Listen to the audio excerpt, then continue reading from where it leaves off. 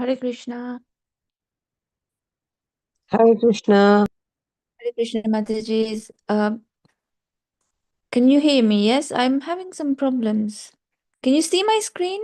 Hare Krishna. Yes, Mataji, I can see text 31. Hare Krishna Mataji's. Can you hear me? Yes, I'm having some problems. Hare Krishna. Hare Krishna, I can Welcome. hear you, Mataji.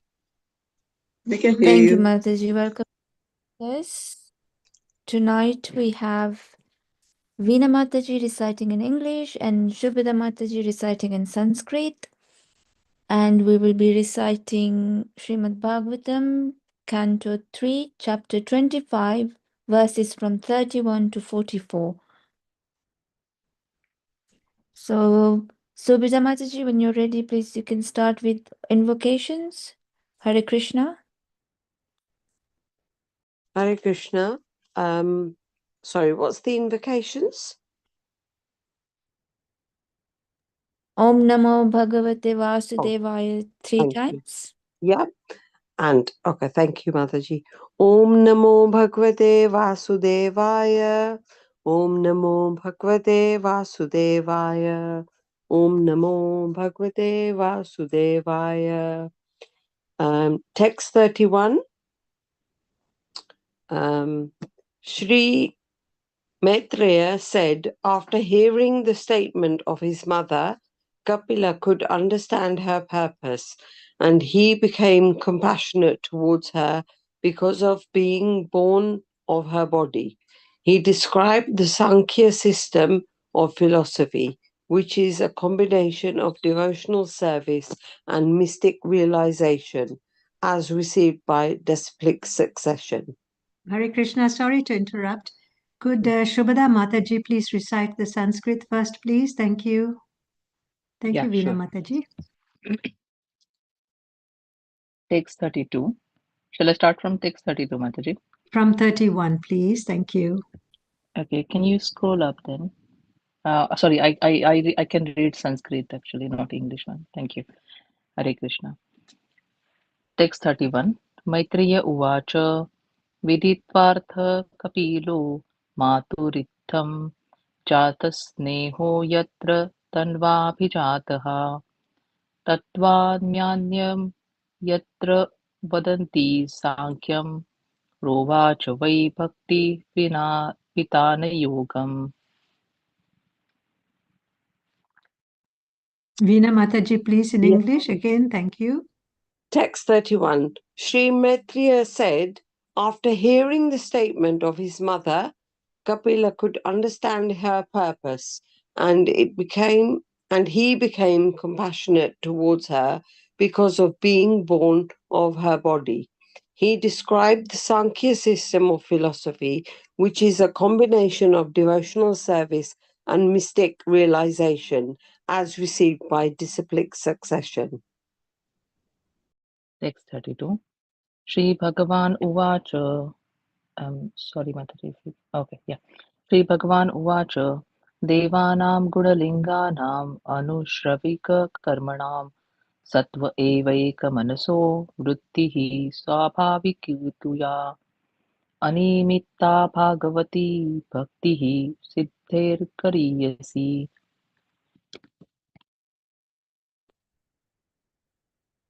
Lord Kapila said, the senses are symbolic representations of the demigods, and their natural inclination is to work under the direction of the Vedic injunctions. As the senses are representatives of the demigods, so the mind is the representative of the Supreme Personality of Godhead. The mind's natural duty is to serve. When the service spirit is engaged in devotional service to the personality of Godhead without any motive, that is far better even than salvation.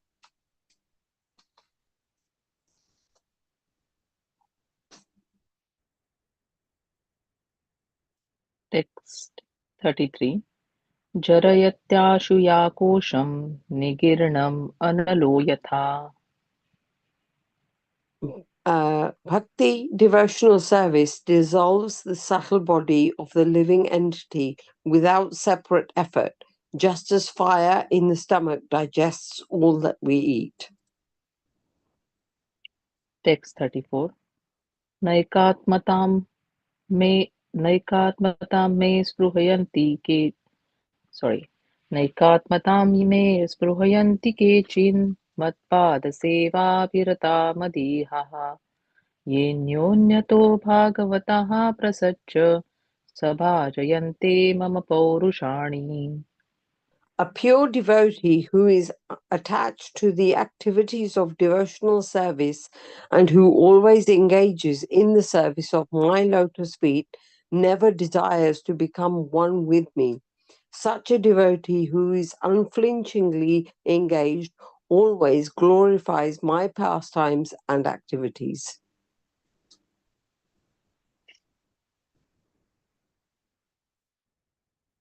Text 35.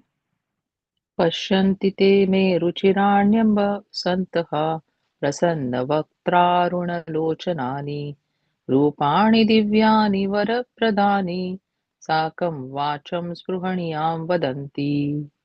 Oh, my mother, my devotees always see the smiling face of my form with eyes like the rising morning sun.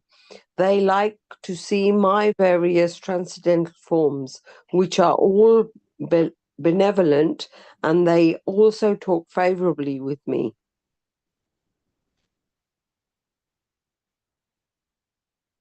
Text 36. तैर्दर्शनीया वयवैरुदारा विलासहासे क्षितवामसुक्तैः हतात्मनोरुतप्राणांश भक्ति रनिच्छतो मे गतिमण्विं प्रयुक्ते. Upon seeing the charming forms of the Lord, smiling and attractive, and hearing his very pleasing words, the pure devotee almost loses all other consciousness.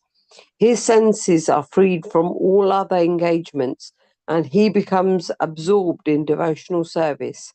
Thus, in spite of his unwillingness, he attains liberation without separate endeavor.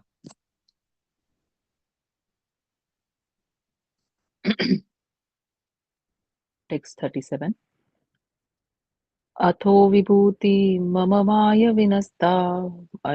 विनस्ताम् ऐश्वर्यम् अष्टाङ्गमनप्रवृत्तम् श्रियं भागवतीं वा स्पृहयन्ति भद्रां परस्य मे त्वेष्वनुते तु लोके.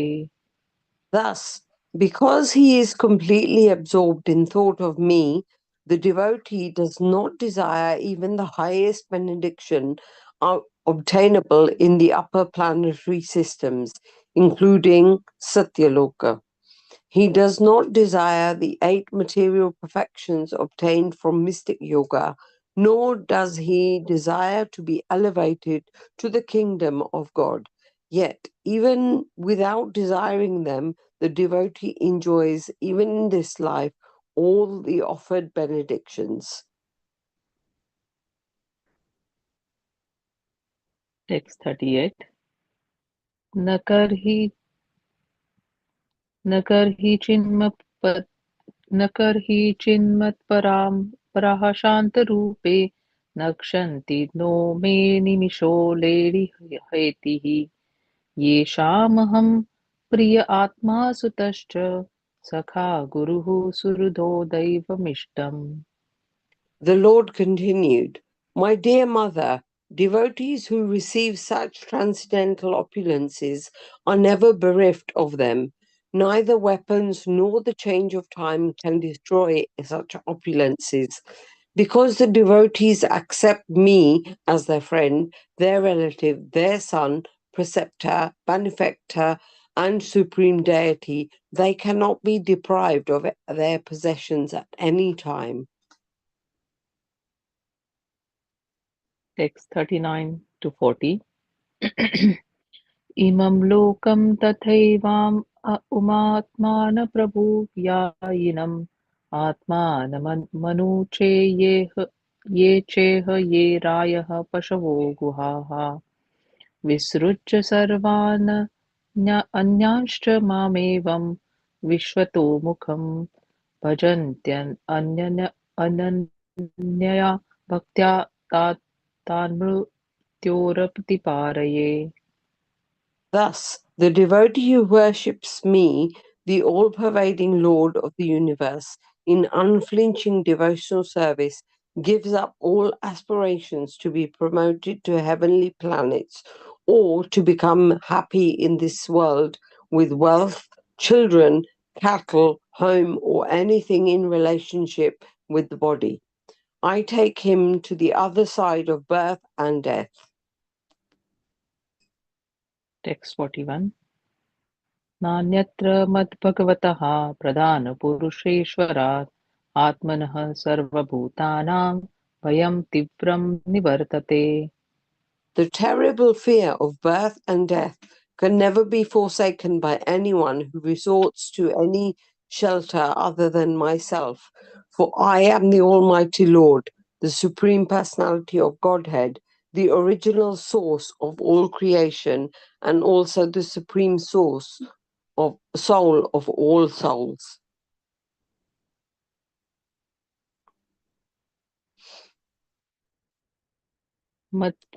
मद्भयत्वति वातोऽयं सूर्यस्तपति मद्भयात् वर्षद इतीन्द्रो दह्यत्यग्निं मृत्युश्चरति पद्भयात्.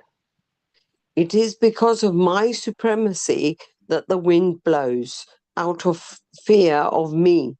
The sun shines out of fear of me. And the Lord of the clouds, Indra, sends forth showers out of fear of me. Fire burns out of fear of me. And death goes about taking its toll out of fear of me. Text 43. ज्ञानवैराग्ययुक्तेन भक्तियोगेन योगिनः क्षेमाय पादमूलं मे प्रविशन्त्य कुतो भयम्. The yogis, equipped with transcendental knowledge and renunciation and engaged in devotional service for their eternal benefit, take shelter of my lotus feet. And since I am the Lord, they are thus eligible to enter the kingdom of Godhead without fear. Text 44. एतावानेव लोकेऽस्मिन् पुंसां श्रेयसोदयः तीव्रेण भक्तियोगेन मनोमय्यर्पितं स्थिरम्. Therefore, persons whose minds are fixed on the Lord engage in the intensive practice of devotional service. That is the only means for attainment of the final perfection of life. Hare Krishna. Hare Krishna. Sorry if I think I have made mistakes. Apologies for that. Hare Krishna, everyone. Thank you so much, Shubhada Mataji, Vinu Mataji. So yes, I mean, we all make mistakes. We make our sincere endeavors. I think it's just about the desire to please the Lord, and you definitely have done that. So thank you so much for that. Hare Krishna, everyone. So welcome to the chat class, and today we are going to come to the we're going to the final two verses of one of the most important and the beautiful chapters, which is the glories of devotional service. And each verse is so much packed up with meaning. And even if you were to just go through the translation, you could actually spend many hours on each verse as you unpack the meaning. So what we'll do today is we will be doing verse 43 and 44. And before that, let's do the invocation prayer and the Mangalacharan. So please do join me. Om Namo Bhagavate Vasudevaya. Om Namo Bhagavate Vasudevaya. Om Namo Bhagavate Vasudevaya. अज्ञानतिमिरान्धस्य ज्ञानाञ्जनशलाकया चक्षुरुन्मीलितं येन तस्मै श्रीगुरवे नमः।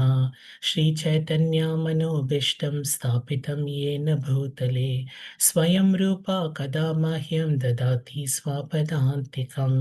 वन्देऽहं श्रीगुरो श्रीयुतपदकमलं श्रीगुरुं वैष्णवंश्च श्रीरूपं साग्रजातं सहगना रघुनाथान्तं सजीवं साद्वैतं सावधूतं परिजनसहितं कृष्णचैतन्यदेवं श्रीराधा कृष्णपदान् सहगना ललिता श्रीविशाखावितांश्च।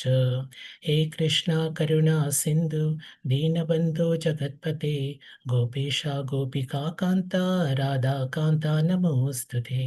तप्तकञ्चन गौरङ्गी राधे वृन्दावनेश्वरी वृषभानुसुते देवी प्रणमामि हरिप्रिये। वञ्चकल्पतरुभ्यश्च कृपा सिन्धुभ्य एव च पतितानां पावनेभ्यो वैष्णवेभ्यो नमो नमः। नम ॐ विष्णुपदाय कृष्णप्रेष्ठाय भूतले श्रीमते भक्तिवेदान्तस्वामिन् इति नामिने। नमस्ते सरस्वती देवे गौरवाणी प्रचारिणे निर्विशेषा शून्यवादी पश्यता देशतारिणे। जय श्री कृष्ण चैतन्य प्रभु नित्यानंद श्री अद्वैता गदाधर श्रीवासदि गौर भक्तवृंद। हरे कृष्णा कृष्ण कृष्ण हरे हरे, हरे राम राम राम हरे हरे। हरे कृष्णा कृष्ण कृष्ण हरे हरे, हरे राम राम राम हरे हरे। हरे कृष्णा कृष्ण कृष्ण हरे हरे, हरे Ram Ram Ram Hare Hare. Srila Prabhupada ki jai. So thank you all so much for joining today. So I'm looking out of my hotel room, which I just moved in a few minutes ago. And there are two things I wanted to talk about as we get started off. I was very surprised when I got my room number today, and it was 108. And when I told this to the receptionist, and we just had a conversation around why 108 is very significant for us. She's from Slovakia, and she felt, I mean, we could almost feel goosebumps. And then she said, I'm going to, like put this as your favorite number so that whenever you get a chance, you can always come and stay here.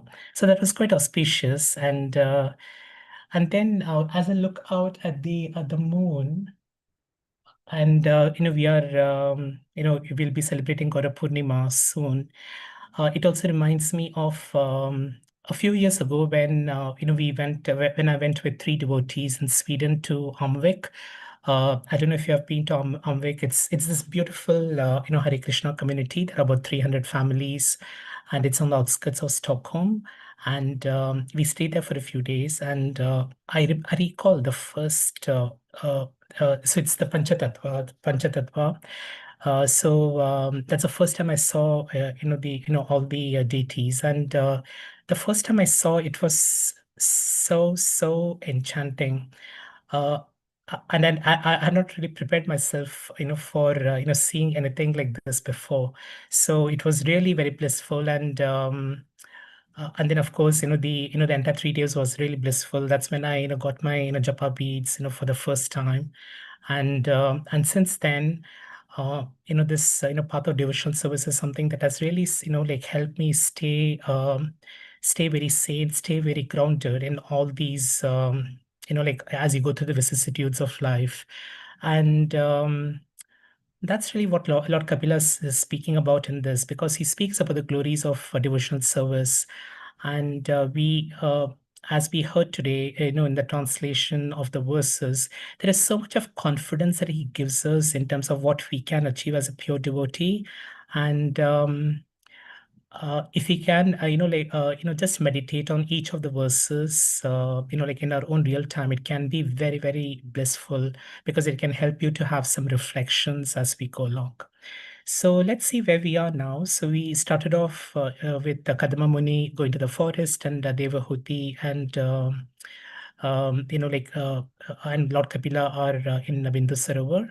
And Devahuti, she comes to Lord Kapila saying that I'm very disturbed by everything that's going on, and can you please show me the path? And then Lord Kapila shares about the signs of self-realization.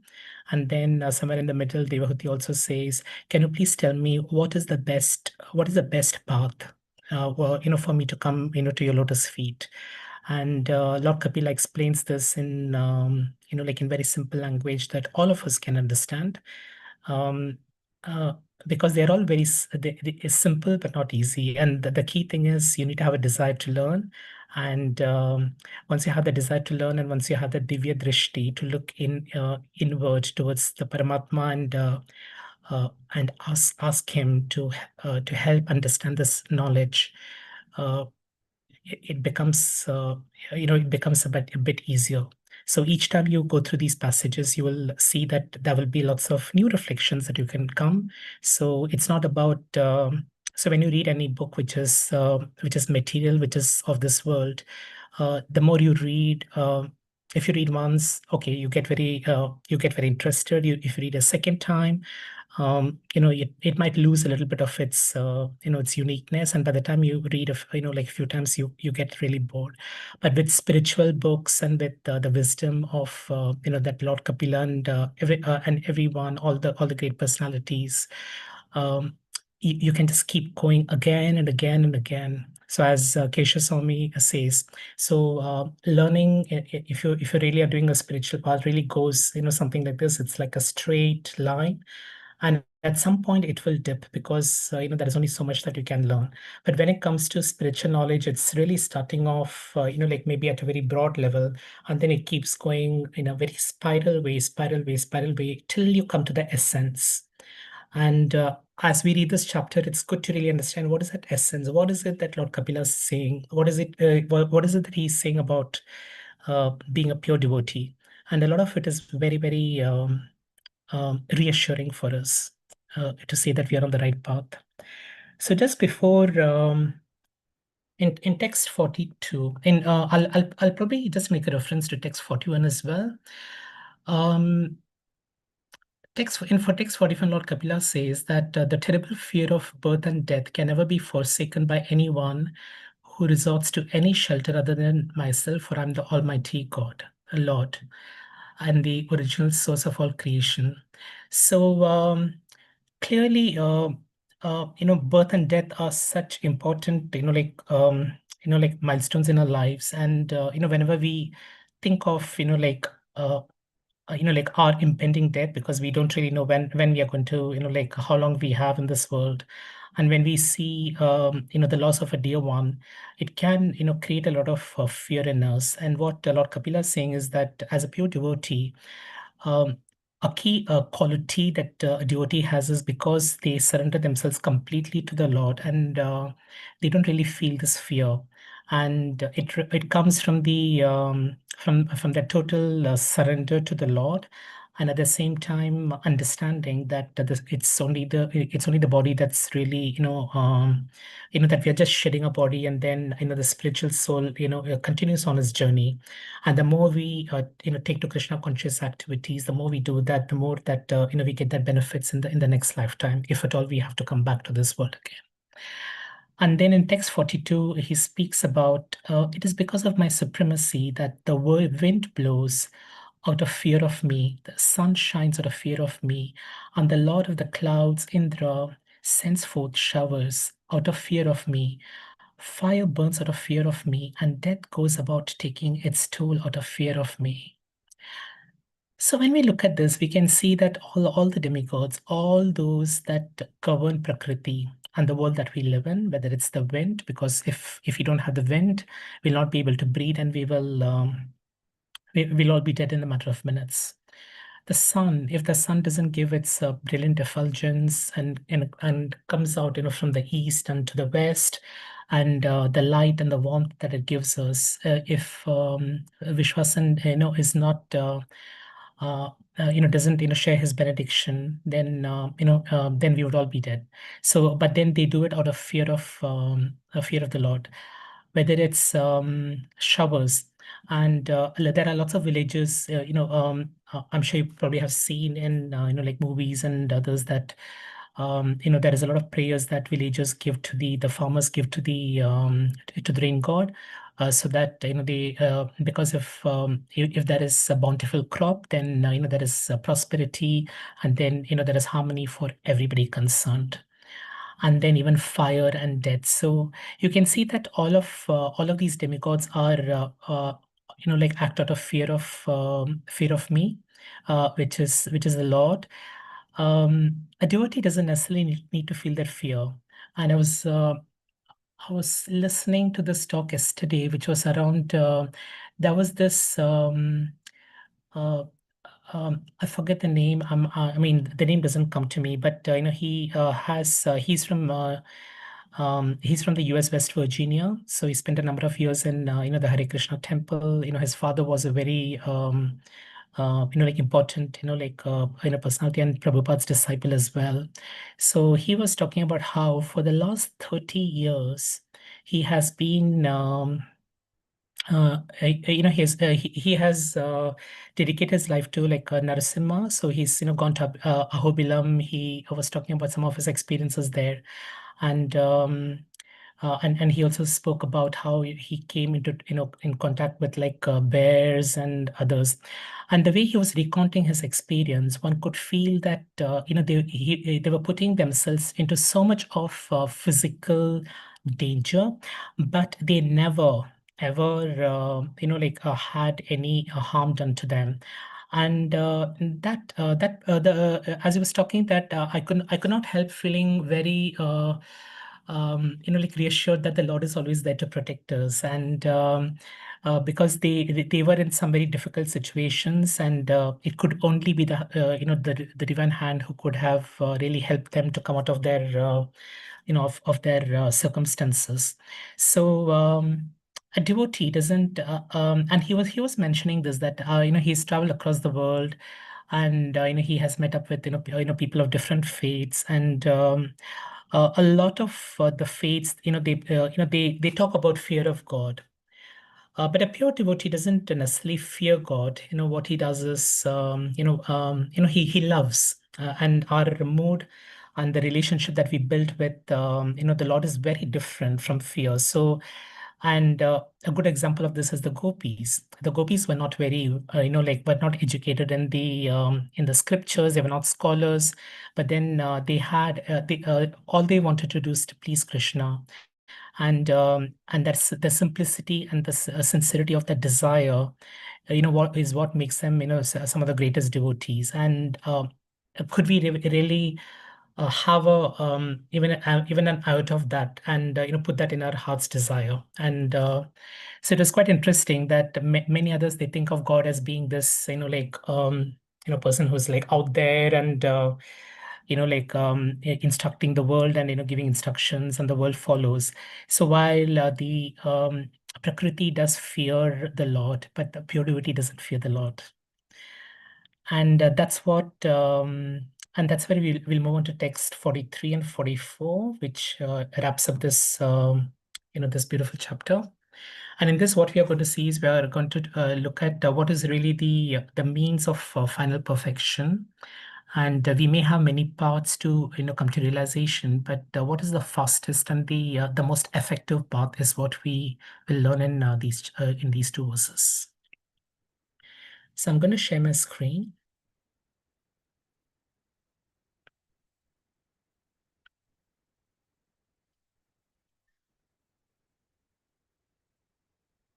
Text 43. Jnana-vairagya-yuktena bhakti-yogena yoginah kshemaya padamulam me pravishantya kuto bhayam. Would somebody like to read the translation, and would someone else like to read the purport?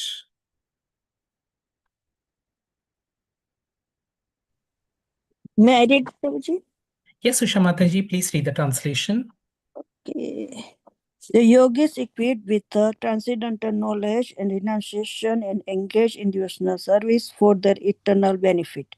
Take shelter of my lotus feet, and since I am the Lord, they are thus eligible to enter into the kingdom of Godhead without fear. Thank you very much. Who would like to read the purport? Hare Krishna Prabhuji. Manisha I'll Mataji, read go it. ahead. Yes. Purport by Srila Prabhupada ki jai.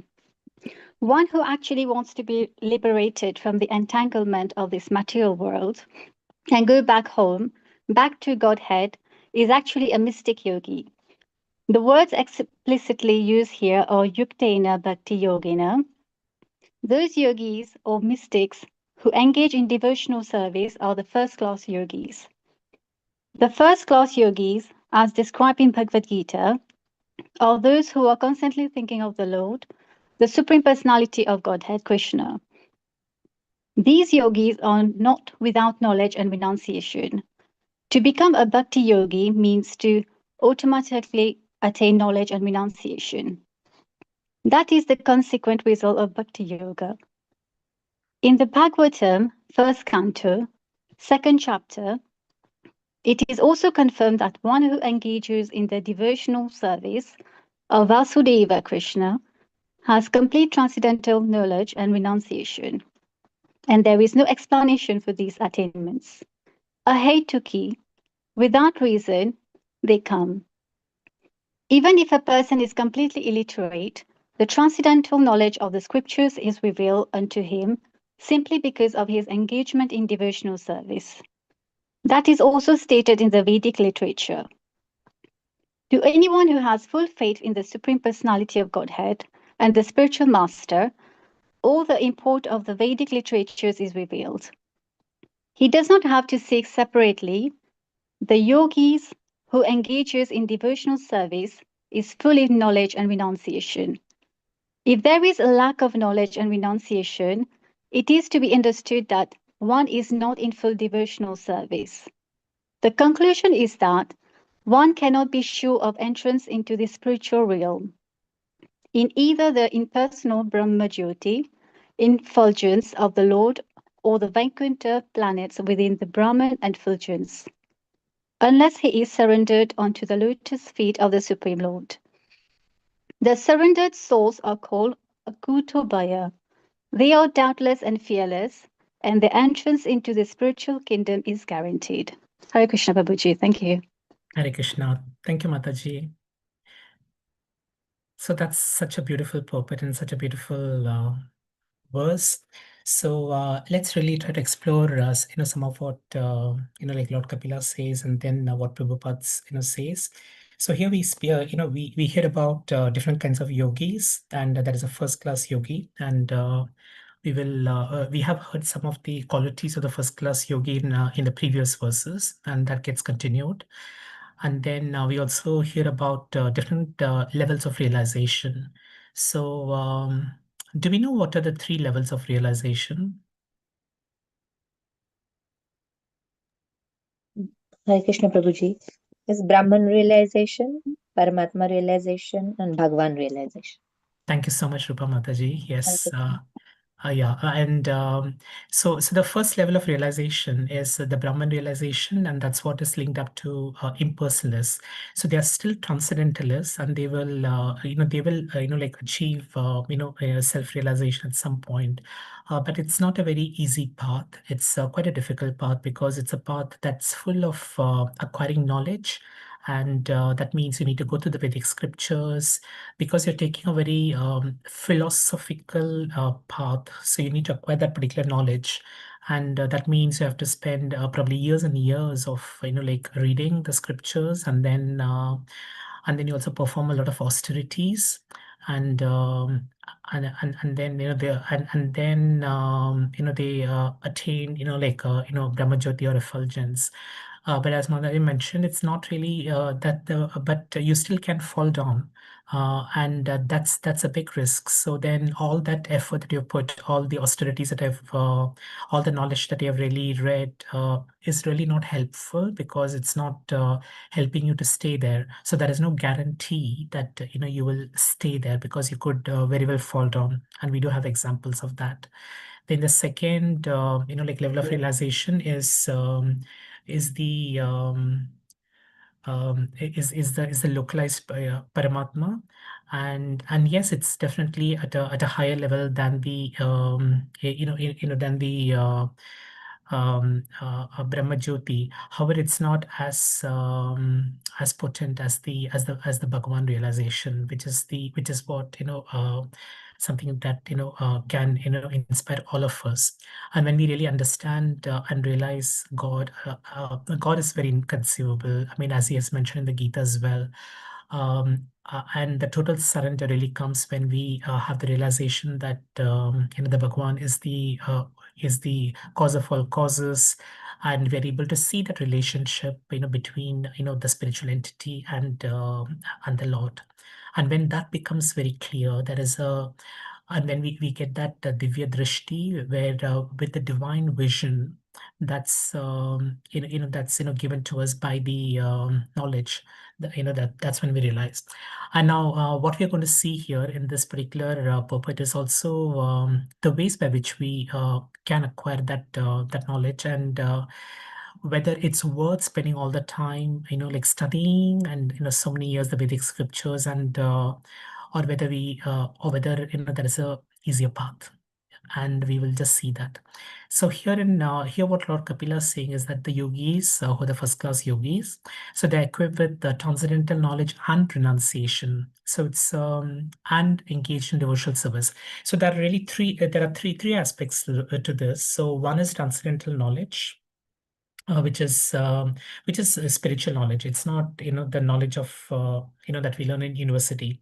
It is the Vedic scriptures, but it's much more than just the Vedic scriptures. Then renunciation, our ability to be completely detached, our ability to to surrender, to renounce the fruits of our action while we are doing our prescribed duties. And then engage in devotional service. So you can see that the first class yogis like they they are they have this mode of engaging in devotional service, but then they also are very knowledgeable, and they also are in the mode of renunciation. And and what the Lord guarantees is that they are eligible to enter into the kingdom of God without fear. And entering into the kingdom of God means that you become you go to Vaikuntha, and that's what our aspiration is. So we want to break away from the cycle of birth and death. We don't want to get into this material world again and again. As Prabhupada always says, this world is like a toilet. Just do your business and get out of here. So we should not stop doing what we are required to do. So we need to do our duties, but then and fulfill our karmic credits. But then once you are able to do that, then you'll be eligible to go into the kingdom of Godhead. And our aspiration is, we would want to do that sooner than later. And we could use like this lifetime to really help us come closer to that particular path. So even when we come to our last days, we can do that without fear, and without the fear whether we are going to have a lot of pain, fear whether we are going to forget remembering Krishna. And so that's why we need to really prepare ourselves, our lives, to really have that to really prepare ourselves for our own final transition. So as we go to the purport by Srila Prabhupada, so what he says here is that Yuktena Bhakti Yogena. So this is a mystic yogi, and they are engaged in devotional service. And the first class yogis are those who are constantly thinking of the Lord. So they do the 9 processes of devotional service, right from Shravanam Kirtanam. And the yogis are constantly thinking of the Lord. They are engaging in devotional service. Now, what's very interesting is this particular is this particular sentence, and it's quite So what Prabhupada says here is that to become a bhakti yogi means to automatically attain knowledge and renunciation. So you don't really have to go through that process of like acquiring knowledge through like reading the Vedic scriptures again and again, and spend many years doing that. As we know, used to happen in the Vedic schools of the past in India. And even, for example, the disciples of Shankaracharya and many other exalted personalities, they would spend years and years, like trying to acquire that knowledge, becoming scholars, and they would focus their energies more on philosophical debates and using logic and understanding the philosophy. But it's a philosophy without necessarily a heart, and because that doesn't really give you the love of Godhead. It doesn't give you love of God. And without that, that particular knowledge becomes quite useless, because the purpose of all the Vedas is really to understand and realize Krishna. And then renunciation. So you don't have to really perform any austerities. You don't have to go to the forest. You can still do your grihast duties, and at the same time be renounced. You don't have to become even a brahmachari or a celibate. You can still do all your duties, but do it in the right way, and do it keeping Krishna in the center of all your activities. And so that's quite important. And one example that also comes to my mind is Shabari, like who was a devotee of the Lord, and when she heard that Lord Ram is coming to the forest, and she wanted to really please him with berries, and and then but she wanted to be very sure that she gives the sweetest berries to Lord Ram, because she loves him so much. And so then she tastes each of the berries, and then puts that in the basket. Now the Vedic scriptures, if you really were doing following the Vedic scriptures, it will be absolutely it would not be allowed at all, impossible, because you don't really you offer to the Lord and then you eat it. It's not the other way around. So clearly she did something which was completely contrary to what Vedic scriptures would say. But Lord Ram, he accepted with so much of willingness, and that's because he saw the love in her and that bhakti in her. So she was not a Vedic scholar, but then she but then she pleased like Lord Ram, because of the sincere love in her heart. So as we go through this, those who engage in the devotional service of Vasudev has complete transcendental knowledge and renunciation. And then let's move down. So what Prabhupada also says is that even if a person is completely illiterate, the transcendental knowledge of the scriptures is revealed simply by because of his engagement in devotional service. And this is why it's so much important for us to choose the company that we are, because it doesn't matter whether you really have done university education or not, but you could you could go based on the company you keep. You can actually go the path of devotional service. And that doesn't require any university degrees or anything. All it requires is sincerity. And I would add to that also the company that you keep. So when you associate yourself with the transcendentalists, with devotees who are following Krishna consciousness, then a lot of that really rubs off on you, because then you make, when you observe them, and when you see, when you look at all the devotees, and you always see that most of the devotees all the time, they're quite generally quite happy, they're blissful, they dance, in ecstasy, they sing, they perform devotion service, because with service, you're pleasing Krishna, and when you're pleasing Krishna, it also makes you happy. So you don't have to really worry about any other things. So it's like you become fully sampurna. But when you're doing not keeping Krishna in the center of your activities, then you'll always feel that there is something that is missing. So it's really, it doesn't have really the sweetness. It doesn't really have that higher taste. And as we go the path of a devotee, you slowly start feeling that distaste for everything that's happening in the material world. And I can't say that I don't watch movies these days, but previously I used to watch a lot more movies. And now, I must confess that, I do watch a movie, like once in a while. But when I do watch it, I feel that it's talking a little bit about the world, about the world that we live in. But I'm not really getting the same pleasure or enjoyment that I used to get when, many years ago. So, and some of it happens gradually because it can't happen overnight, because I can't, suddenly say, I'm not going to watch movies at all. I'm going to lead, because you do need to, try to get a balance, and we are probably at different levels of spiritual realization. But I must definitely say that compared to, like maybe a decade ago, like my interest in, going to movies has greatly diminished. And my interest is more towards like listening to lectures, and that's increased. And I can't say that I'm completely there, but it's a journey that we all go through. And I'm sure we all have very similar stories, and maybe towards the end, if we have some examples, happy to hear that. What also Prabhupada says is that if there is a lack of knowledge and renunciation, it is to be understood that one is not in full devotional service. So one is acquiring that knowledge, and acquiring that renunciation is very difficult. And if you don't do it well, then you can't even say that you're in full devotional service. So why go for a very difficult path when you have a simpler path which can give you so much of joy, so much of bliss, and it can help you to build that connection, that strong connection with Krishna.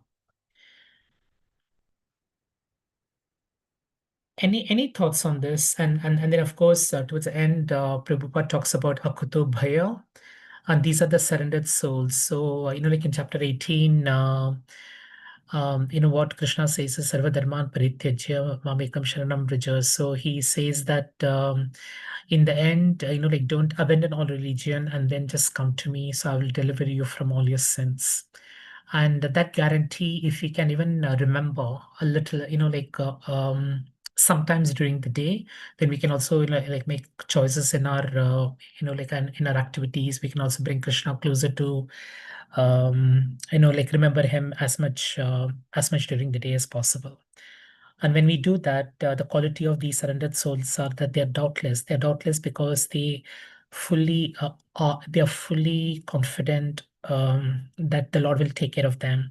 So it's like a child, who holds the hand of his of its mother or father when they're crossing the road, and the child is completely free. I mean, doubtless, completely fearless, because they know that their parents are going to take care of ensure that no danger comes. So they have completely surrendered their fear and doubt to their parents. So can we be like that? So as we go on through our lives, could we really be that child who is doubtless, and who's fearless, and who puts their complete faith in the Lord? Let's move on to text 44. एतावानेव लोकेस्मिन् पुंसां निःश्रेयसोदयः त्रिवेण भक्तियोगेन मनोमय्यर्पितं स्थिरम्. Again, could I have two volunteers? One reading the translation, the other the purport. I don't mind. Vanita Mataji, go ahead. Hare Krishna. Therefore, persons whose minds are fixed on the Lord engage in the intensive practice of devotional service. That is the only means of attainment of a final perfection of life. The purport. Here the words mano maye arpitam, which means the mind being fixed on me, are significant. One should fix his mind on the lotus feet of Krishna or his incarnation. To be fixed steadily in that freedom is the way of liberation. Ambrisa Maharaj is an example. He fixed his mind on the lotus feet of the Lord. He spoke only of the pastimes of the Lord. He smelled only the flowers and tulsi offered to the Lord. He walked only to the temple of the Lord. He engaged his hands in cleansing the temple. He engaged his tongue in tasting the foodstuff offered to the Lord. And he engaged his ears for hearing the great pastimes of the Lord. In that way, all his senses were engaged. First of all, the mind should be engaged on the lotus feet of the Lord very steadily and naturally, because the mind is the master of the senses. When the mind is engaged, all the senses become engaged. That is Bhakti Yoga. Yoga means controlling the senses. The senses cannot be controlled in the proper sense of the term. They are always agitated. This is true also with a child. How long can be forced to sit down silently? It is not possible. Even Arjuna said, Kanchalam hi mana Krishna. The mind is always agitated. The best course is to fix the mind on the lotus feet of the Lord. Manomaye arpitam stiram. If one seriously engages in Krishna consciousness, that is the highest perfectional stage. All Krishna conscious activities are on the highest perfectional level of human life. Thus, in the Bhaktivedanta purport of the third canto, 25th chapter of the Srimad Bhagavatam, entitled The Glories of the Devotional Service. Hare Krishna, Krishna Krishna, Hare Ram, Ram Ram, Hare Hare. Beautiful. Thank you, Prabhuji. Thank you, Anita Mataji, for your wonderful recitation. So this is again a very powerful verse, again a beautiful one. So here Lord Kapila says that persons whose minds are fixed on the Lord engage in the intensive practice of devotional service, and that is the only that's the only means for attainment of the final perfection of life. So we heard about the three levels of realization and the three levels of perfection, and that's for the transcendentalists.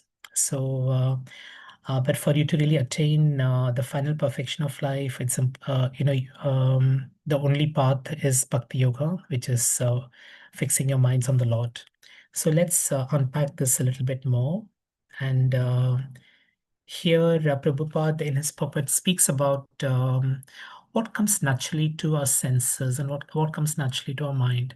So we do have transcendentalists. They do have like different ways of controlling the mind. So they would one would say that try not to think anything, and like keep your mind completely blank, keep your mind completely unoccupied.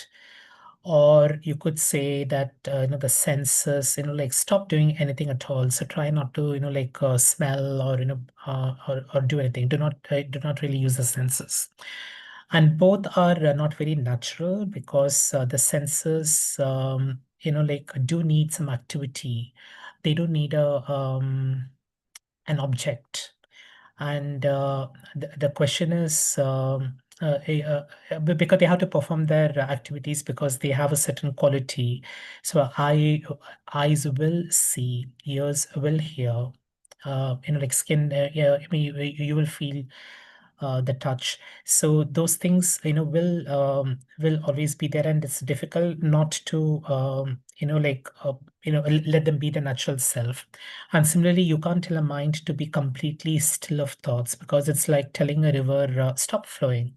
You can't really tell a river to stop flowing, because it's natural for the river to flow. So the thoughts in the mind will also keep naturally coming in.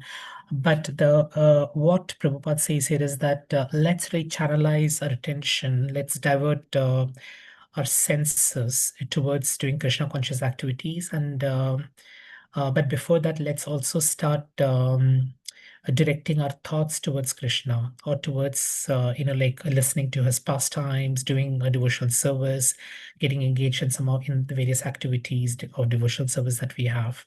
So that's what like, Prabhupada suggests here.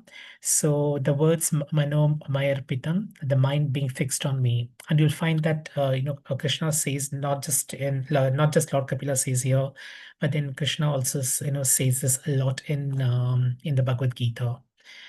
And to be fixed steadily in that freedom is the way to liberation. And we hear the example of the great Ambarisa Maharaj. And as you can see from the various activities he was doing, so he's such an exalted devotee that Krishna was completely in the center. So we keep talking about Krishna being the center of the things that we do. And here is a example of how you could see that in like in practice, like how you also see the life of Prabhupada. So he fixed his mind on the lotus feet of the Lord. He spoke about the pastimes. He will not really divert his attention to talking about like politics, what's going on in Iran, for example, and getting worried about what's happening in the state of the world, the climate change, like the icebergs are melting, and cricket and football, and like what's happening in like celebrities, etc. There are so many things that we can really speak about, but there are no distractions at all for a pure devotee. So Amarisa Maharaj, around all his activities, everything was channelized towards serving the Lord.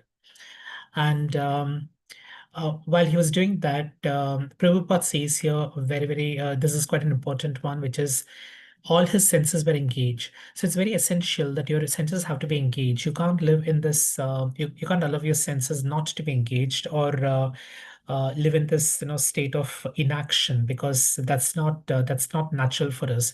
Action is a very intrinsic part of who we are, and it's like as a soul, we are Sachitanand. So that if it's a pure unconditioned soul, so those are the qualities of the soul. And anything that we do which is not which is not linked up aligned to the quality, like obviously creates a lot of disharmony, which is really what the miseries in this material world is all about.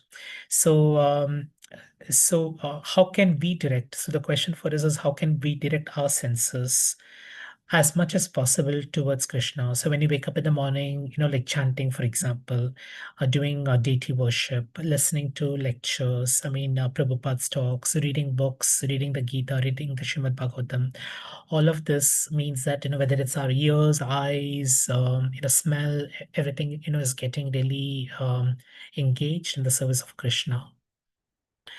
And yoga is about controlling the senses, but controlling the senses is not exactly saying that I'm going to like stop doing anything, but it's really about channelizing your senses towards something which takes you closer to Krishna.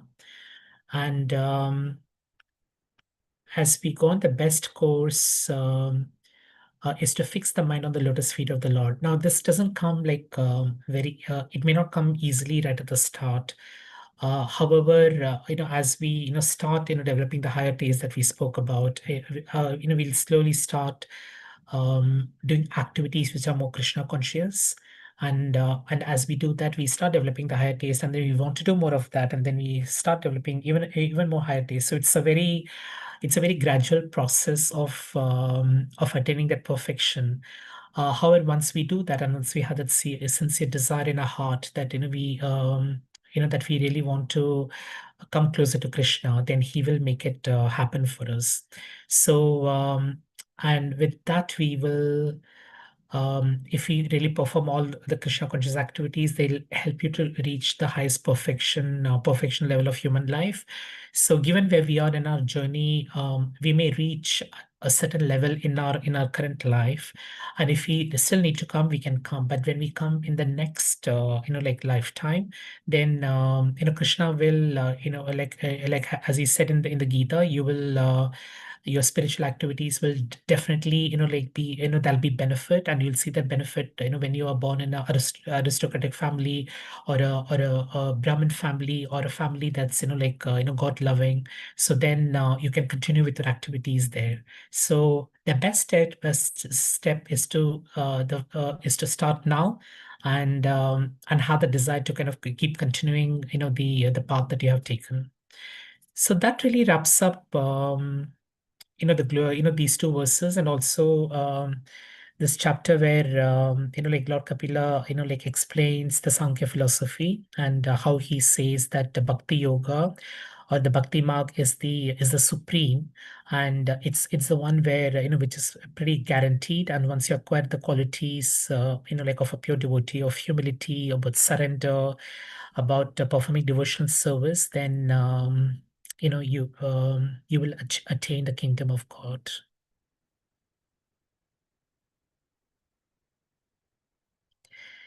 So I pause here and invite questions, reflections, maybe not just on the verses 43, 44, but overall on the glories of devotional service, and anything that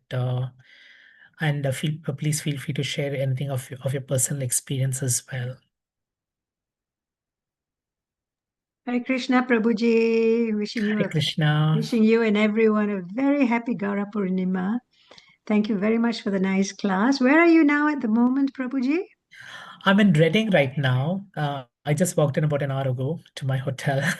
Oh, I see. And so I'm going to miss the I'm going to miss the program in the manner, but yeah. Yeah, so very nice class, and nice to have the assurance of us being able to attain the glories of the Lord. Indeed, and what an auspicious time to hear about Lord Kapila's teachings than on the occasion of Gaura Purnima. Indeed, yes, indeed. So let's see if we have any reflections or realizations from our audience. Anyone who would like to participate?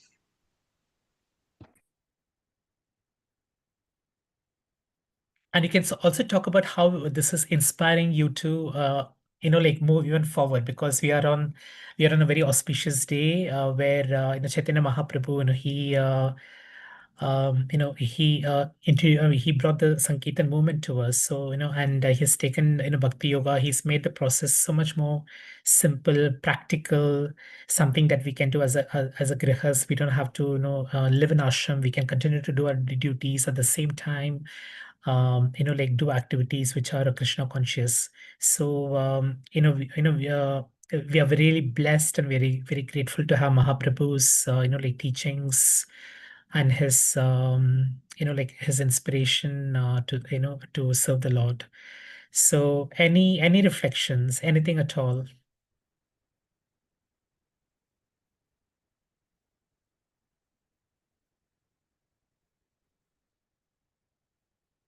Another thing that would be nice, Prabhuji, is if anyone could share any experiences that they have when Krishna has manifested himself in their lives.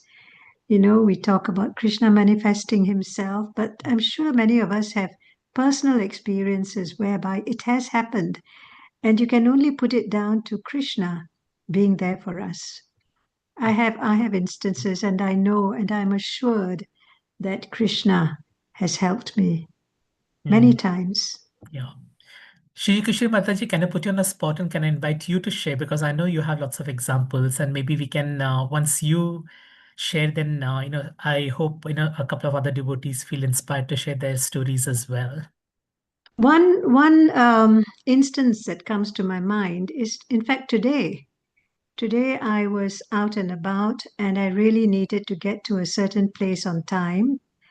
and I was not driving, or I didn't have my own transport, and I really turned to Krishna. I said, please help me. And at that moment, the right bus came along, and I managed to get on the bus. And, because I've got this freedom pass, which allows me to use it only after 9 o'clock, not before. But I was at the bus stop before 9 o'clock, and I thought, I won't be able to use my bus pass. So, not that I wouldn't have paid for it otherwise, but I asked the driver, I said, is it okay? It's before 9 o'clock. He said, just come in. And he allowed me to. Things like that, I can only put it down to Krishna helping me and being there for me. So this is just one instance that happened today. So everything went well. I arrived at the right place at the right time, and I was able to do what I really wanted to do, So yes, Prabhuji, thank you. Thank you so much for sharing that. Would anybody else like to share their, because we all are so inspired by, like each other's experiences. So please feel free to share anything that happened in your life, like today. Usha Mataji, did you have anything to say? Yes, Prabhuji, Hare Krishna. Hare Thank you. Krishna. Thank you for the nice class. Thank you. Yesterday, I was doing the Abhishek of my Radha Krishna ji. And what happened? No, it was Gaur Nitai. And I was putting the earrings on him. But by mistake, the two earrings were different. And one fell down. I was looking for it. I didn't find it. And then my husband found it. And then I see it was not the same one, but it was the different. So I thought Nityananda Prabhu not wanted to the different earrings. He wanted the same earrings. So I was pleased that it fall down. And then I realized it was not the same earrings. So I was happy. Yeah, so thank you so much, Mataji. I think that's a beautiful example. So clearly he's sending some signals through some of this, right? What pleases him, what doesn't please him. So yeah. Yeah. Yeah. Hare Krishna. Hare Krishna. Thank you, Mataji. Anyone else? Vanita Mataji? Yes, I wanted to share this experience with you because it's to do with my husband. My husband tried to mend this lamp in my room, and he was sitting there while I was chanting. I was doing my chanting in my room while he was doing the lamp, which had the bulb didn't, work. So all of a sudden, he went all hysterical and he was electrocuted. Me not knowing he was all going, shouting, screaming, I went straight up to him and I said, oh my God, what's happened? And I was calling him out and I said, Krishna, Krishna, Krishna. Like I was calling Krishna and I was holding him. And he was out completely. And I thought, oh my God, now I have to call an ambulance. And I just thought of calling an ambulance. And I said, Krishna, what do I do? What number? I mean, you forget the number, you forget everything. And all of a sudden, he came up. And he was breathing and he was fine. And he's fine now. Thank God. Yeah. But I was so shocked, and we both were very shocked. We still are, and we can't get over that experience. It was just an awful experience that we both went through. And the funny thing is that my room is full of vibration. My room is full of Bhagavatam and books which I read night and day. My radio is on and I'm listening to devotional songs and everything. So my room is full of love, and I think that's what's helped him, that he went and he came back. And I think that is Krishna. Krishna looked after me and Krishna looked after him. You know, that was an awful, awful experience. I never want to go through, you know, awful experience. Very, very. Think about it now. It makes me cry, but it was really not very good experience. I nearly lost him. So I just wanted to share that with you. Hare Krishna. Hare Krishna. Thank you, Mataji, for sharing that, and very glad to know that both you and your husband are keeping well.